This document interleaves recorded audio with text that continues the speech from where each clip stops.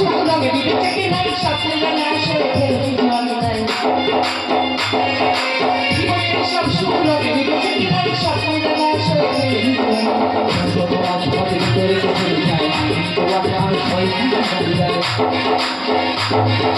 বিবেকের খেলা ঘরে বিবেকের খেলা ঘরে তারা যেন কারো নারে বাঁচারা অপরাধ করে বড় ব্যর্থতাই কত যন্ত্রণা কত ভিন্ন দিন আসে যায় দিন আসে যায় দিন আসে যায় দিন আসে যায় খাবিনি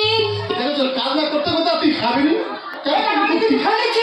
এই দেখো তুমি কি খাবে না তোমাকে কি নিমন্ত্রণ করে রাখতে হবে আর না ডাকতে হবে না যাওয়ার আগে একটু পুরোতল দিয়ে দিই আমি একটু বাড়ি বড় ছেলে বিদ্যুৎ কুমার ওটা তো আমার ছোট ভাই পূর্ণ কুমার ওটা তো আমার স্ত্রী কাকুরি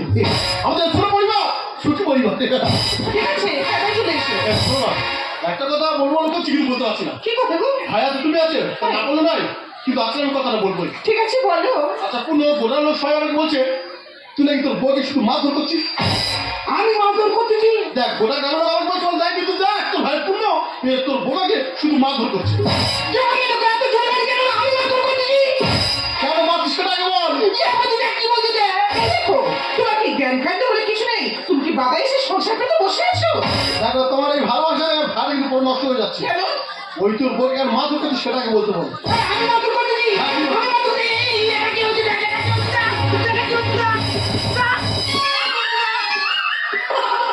আমার গোটা গ্রামের লোক খালি বলে ওর ভাই আর তোমাকে মারধর করছে আর এদিকে পিঠে যত দাগ ওর ভাই করছে আরে করছে তোর পিঠাগুলো কিসে দাগে ইয়ে বৌদি কালকে আমি রান্নাঘরে ঢুকেছি আর তোর যা দেখি না আলু ভাইতেছি বুঝতে পেরেছি আচ্ছা আর আলু সবে মারবো বলে এরকম তালি